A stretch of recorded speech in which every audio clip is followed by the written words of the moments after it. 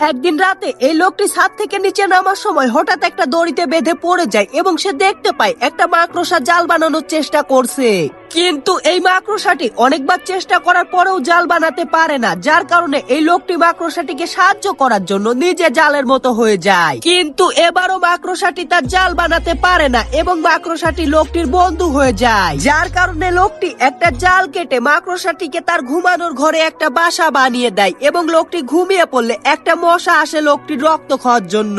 এবং মাকড়সাটি দেখতে পায় এই মশাটি তার বন্ধুর রক্ত খেতে এসেছে, তাই সে তার দড়ি দিয়ে মশাটির সুরটিকে চেপে ধরে এবং তাকে রক্ত খেতে বাধা দেয়, যার কারণে এই মশাটি বাঁশি বাজিয়ে তার পুরো টিমকে ডেকে নিয়ে আসে এবং লোকটিকে নিয়ে উড়ে যেতে শুরু করে। এদিকে মাকড়সাটি তার বন্ধুকে বাঁচাতে দড়ি দিয়ে মশাগুলোকে বেঁধে ফেলে এবং লোকটি ছাদ থেকে পড়ে যেতে শুরু করে, যার কারণে মাকড়সাটি তার বন্ধুকে বাঁচাতে ছাদ থেকে লাফ দেয় এবং অনেক কষ্টে জাল বানিয়ে তার বন্ধুকে বাঁচিয়ে ফেলে। এদিকে লোকটি যখন দেখতে পায় তার মাকড়সা বন্ধু তাকে জাল বানিয়ে বাঁচিয়েছে, তখন সে অনেক খুশি হয়ে যায় এবং এরপর থেকে মাকড়সাটির বানানো জালের নিচে তারা দুইজন ঘুমাতো, যার কারণে মশা তাদেরকে আক্রমণ করতে পারতো না।